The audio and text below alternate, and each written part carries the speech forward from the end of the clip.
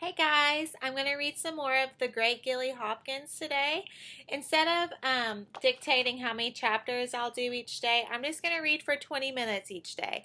Some of these chapters are longer than others, so I don't want to speed through anything or have you watching a video forever, it feels like. So 20 minutes a day, okay?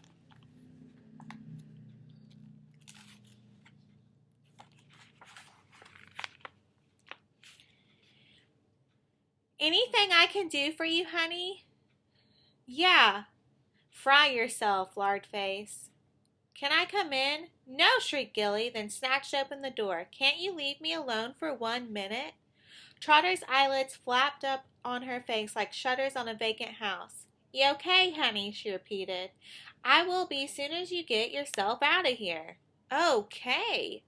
Trotter backed up slowly towards the stairs. Call me if you want anything. As an afterthought, she said, it ain't a shameful thing to need help, you know. I don't need any help. Gilly slammed the door, then yanked it open. From anybody! She slammed it shut once more.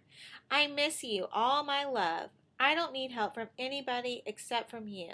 If I wrote you, if I asked, would you come and get me? You're the only one in the world I need. I'd be good for you, you'd see. I'd change into a whole new person. I'd turn from gruesome Gilly into gorgeous, gracious, good, glorious Galadriel. And grateful, oh Courtney, oh mother, I'd be so grateful. Lord, you are so good to us, Mr. Randolph was saying the supper blessing.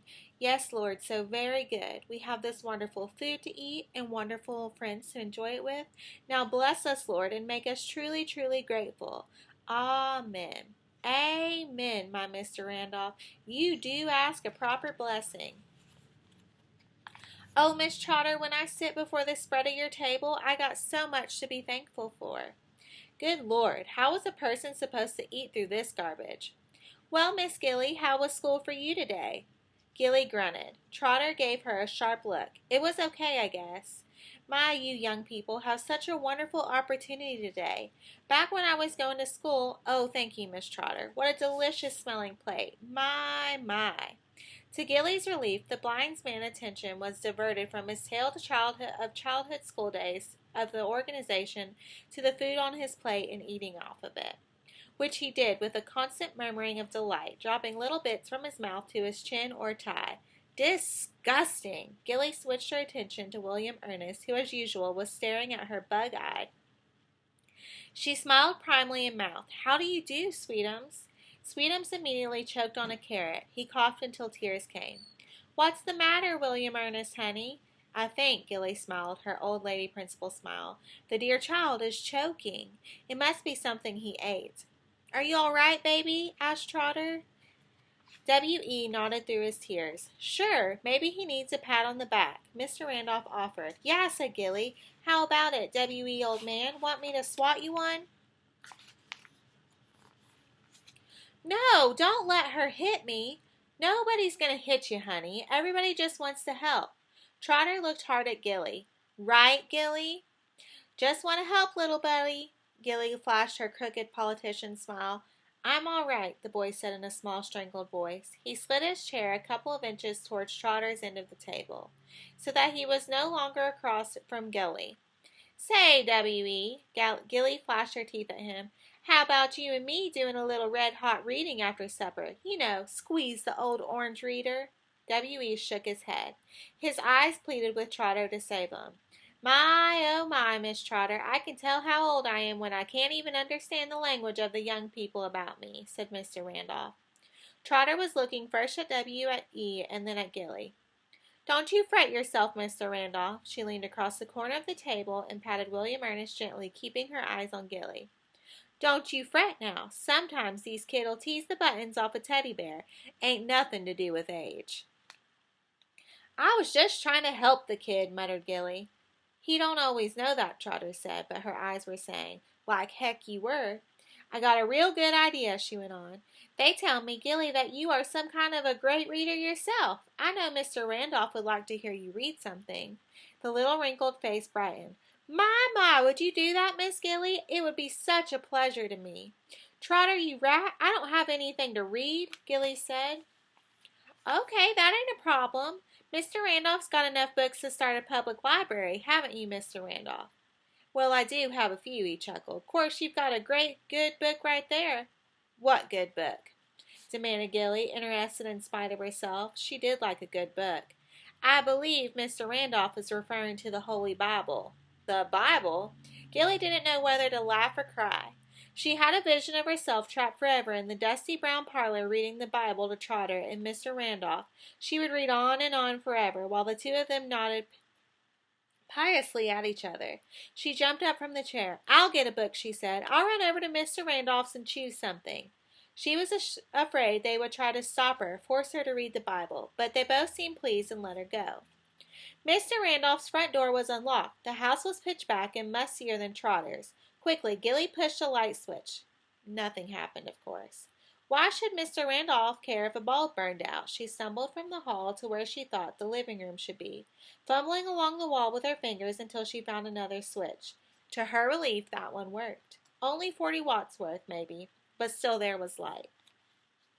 Leaning against two walls of the crowded little room were huge antique bookcases that reached the ceiling, and stacked or lying upside down, even put in backwards, were books, hundreds of them. They looked old and thick with dust. It was hard to think of funny little Mr. Randolph actually reading them. She wondered how long he had been blind. She wished she could push her mind past those blank white eyes into whatever Mr. Randolph all these books represent. She went towards the larger shelf to the right of the door, but she felt strangely shy about actually touching the books. It was almost as though she was meddling in another person's brain. Wait, maybe they were all for show. Maybe Mr. Randolph collected books, trying to act like something big-shot genius, even though he himself couldn't read a word. No one would ever catch on.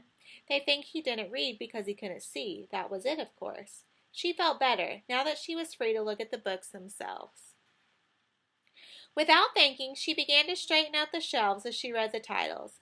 She saw several volumes of one encyclopedia set, Antarctica to Bath, then Jersey to Liberty. She looked around for other volumes. It bothered her to have everything in a muddle. High on the top shelf was Sarsaparilla to Sorcery. She dragged a heavy stuffed chair backwards on the shelf and climbed up to the very top of its back. On tiptoe, leaning against the rickety lower shelves to keep from toppling, she could barely reach the book. She pulled at it with the tip of her finger, catching it as it fell. Something fluttered to the floor as she did so. Money. She half fell, half jumped off the chair, and snatched it up. 2 $5 bills had fallen out from behind Sarsaparilla to Sorcery. She put the encyclopedia down and studied the old wrinkled bills, just when she was needing money so badly. Here they'd come floating down, like magic. $10 wouldn't get her very far, but there might be more where this came from. She climbed up again, stretching almost to the point of falling, but it was no good. Although she could just reach the top shelf with her fingertips, she was very unsteady, and the lower shelves were much too wobbly to risk climbing. Heavy footsteps thudded across the front porch. The front door opened. "You all right, Gilly, honey?" Gilly nearly tripped over herself, leaping down and grabbing up Sarsaparilla to Sorcery from the chair seat, stretching her guts out to tip the book into its place on the shelf. And just in time she got down on the chair seat as Trotter appeared at the door. "You were taking so long," she said. Then Mr. Randolph remembered that maybe the bulbs was all burned out. He tends to forget, since they don't really help him much. "There's a light here," Gilly snapped. "If there hadn't been, I'd have come back. I'm not silly." "I believe you mentioned that before," said Trotter dryly. "Well, you find something you wanted to read, Mr. Randolph?" "It's a bunch of junk." "One man's trash is another man's treasure," Trotter said in maddeningly calm voice, wandering over to a lower shelf as she did so. She pulled out a squat leather-bound volume and blew the dust off the top. "He's got a yen for poetry, Mr. Randolph does." She handed the book up to Gilly, who was still perched on the chair. "This is one I used to try to read to him last year, but—" Her voice sounded almost shy. "I ain't too hot of a reader myself, as you can probably guess." Gilly stepped down. She was still angry with Trotter for bursting in on her, but she was curious to know just what sort of poetry old man Randolph fancied. The Oxford Book of English Verse. She flipped it open, but it was too dark to see the words properly. "Ready to come along?" Yeah, she replied impatiently, holding her neck straight to keep from looking up at Sarsaparilla. She followed Trotter's bulk back to her house. What did you bring? Mr. Randolph's face looked like a child before a wrapped-up present. He was sitting right at the edge of the big brown chair. The Oxford Book of English Verse, Gilly mumbled. He cocked his head. I beg your pardon? The poems we were reading last year, Mr. Randolph? Trotter had raised her voice, as she always did, speaking to the old man. Oh, good, good, he said, sliding back into the chair until his short legs no longer touched the worn rug. Gilly opened the book. She flipped through the junk at the beginning and came to the first poem, Cuckoo Song. She read the title loudly. It was rather pleasant being able to do something well that none of the rest of them could. Then she glanced at the body of the poem. Summer is a comin' in, lewd sing cuckoo, growth seed and blowth med, and springeth the wind new, sing cuckoo. Cuckoo was right. Wait a minute, she murmured, turning the page. By tune mercy Aunt Averell. She looked quickly to the next. Linton wise come with love to tune, and the next. I caught a bird in bar bright, they fully simly is on shite. She slammed the book shut. They were obviously trying to play a trick on her, make her seem silly. See, there was Mr. Randolph giggling to himself. It's not in English, she yelled. You're just trying to make a fool of me. No, no, Miss Gilly, nobody's trying to make a fool of you. The real old English is at the front. Try over away. You want the Wordsworth one, Mr. Randolph? Asked Trotter, or do you have that by heart? Both, he said happily. Trotter came over and leaned across Gilly, who was sitting on the piano bench. I can find it, said Gilly, pulling the book out of her reach. Just tell me the name of it. William Wordsworth, said Mr. Randolph. There was a time when meadow, grove, and stream. He folded his small hands across his chest, his voice no longer pinched and polite, but soft and warm. Gilly found the page and began to read. There was a time when meadow, grove, and stream, the earth in every common sight, to me did seem, apparelled in celestial light, the glory and the freshness of a dream. She stopped a minute as though to listen to her own echo. It is not now, Mr. Randolph's velvet voice prompted her. It is not now, as it hath been of you, turn whoever I may, by night or day. Leaning against the back of the chair, Mr. Randolph joined, and with one voice they recited, The things which I have seen, I now can see no more. They continued to read that way. He would listen blissfully for a while and then join. Turning her single voice into the sound of a choir, she read, Our birth is but a sleep and a forgetting. The soul that rises with us, our life's star, hath had elsewhere a setting and cometh from afar. Not in entire forgetfulness and not in utter silliness. And then together. But trailing clouds to glory do we come from God who is our home. Trailing clouds of glory do we come. The music of the words rolled up and burst across Gilly like waves upon a beach. It was a long poem, 7 pages or so of small print. She couldn't understand really what it meant, but Mr. Randolph seemed to know each word, prompting her gently if she started to stumble on an unfamiliar one, and joining her powerfully and musically on his own favorite lines. They chorused the final lines. Thanks to the human heart by which we live, thanks to its tenderness, its joys and fears, to me the meanest flower that blows can give thoughts that do often lie too deep for fears. Mr. Randolph gave a long sigh. Thank you, he said softly. She's a handsome reader, all right. Trotter was smiling proudly as though she might share the credit for Gilly's talent. That smile irritated Gilly. She was a good reader because she had set her mind to be one. The minute the first-grade teacher had told Miss Dixon that she was afraid Gilly might be slow, Gilly had determined to make the old parrot choke on her crackers, and she had. By Christmas time she was reading circles around the whole snotty class. Not that it made any difference. The teacher, Miss Gorman, had then explained very carefully to Miss Dixon that she had 25 other children to look out for, and that there was no way to set up a private reading time for one individual. Gilly would have to learn some patience and cooperation, that was all. Well, what do you think of Mr. Wordsworth, Miss Gilly? Asked Mr. Randolph, interrupting her angry thoughts. Stupid, she said, to the memory of Mr. Gorman rather to him. A look of pain across his face. I suppose, he said in his pinched, polite voice, in just one reading one might. Like here, Gilly now felt forced to justify an opinion which she didn't in the least hold. Like here at the end, the meanest flower that blows? What does that mean? What's that supposed to mean? Who ever heard of a mean flower? Mr. Randolph relaxed. The word mean has more than one definition, Miss Gilly. Here the poet is talking about humility, loneliness not. He laughed softly. Not bad nature. Gilly flushed. I never saw a flower blow either. Dandelions. They all turned to look at William Ernest, not only startled by the seldom heard sound of his voice, but the fact that all three had forgotten that he was even in the room. There he sat, cross-legged on the floor at the end of the couch, a near-sighted guru blinking behind his glasses. "You hear that?" Trotter's voice boomed with triumph. "Dandelions. Ain't that the smartest thing you've ever heard, ain't it?" W.E. ducked his head behind the cover of the couch arm. "That is probably exactly the flower that Miss Wordsmith meant," Mr. Randolph said. "Surely it is the loneliest flower of all." "Meanest flower there is," agreed Trotter happily. "And they sure do blow, just like William Ernest says. They blow all over the place." She turned towards Gilly as though for agreement, but at the sight of Gilly's face, the woman's smile stuck. "Can I go now?" Gilly's voice was sharp like the jagged edge of a tin can top. Trotter nodded. "Sure," she said quietly. "I do appreciate more than you know," but Gilly didn't wait to hear Mr. Randolph's appreciation. She ran up the stairs into her room. Behind the closed door, she pulled the 2 bills from her pocket and, lying on the bed, smoothed out the wrinkles.